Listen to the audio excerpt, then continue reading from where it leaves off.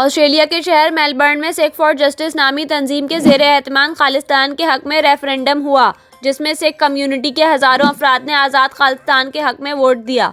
Report के मुताबिक referendum में 55,000 से ज़ायद सिखों ने खालिस्तान की आज़ादी के हक में वोट दिया।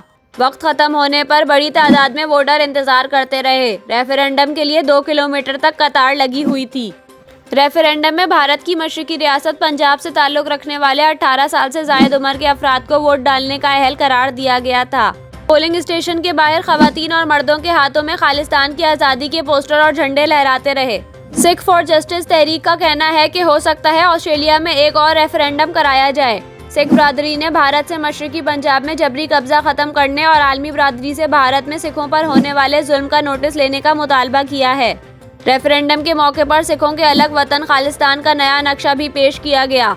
ख्याल रहे कि इससे कबल कनाडा, बरतानिया, स्विट्ज़रलैंड और 7 यूरोपीय ममालिक में खालिस्तान रेफरेंडम की वोटिंग हो चुकी है। दूसरी जानिब मेलबर्न में खालिस्तान रेफरेंडम के हक में लगाए गए पोस्टर्स और बैनर्स फाड़ दिए गए। रेफरेंडम के लिए मुहिम चलाने वाली तंजीम ने पोस्टर्स और बैनर्स फाड़ने का जिम्मेदार भारतीय हुकूमत को करार दिया है। सिख फॉर जस्टिस तंजीम के जनरल सेक्रेटरी गवर पतवंत सिंह पन्नू ने कहा कि मेलबर्न में तोड़फाड़ का खालिस्तान रेफरेंडम से कोई ताल्लुक नहीं।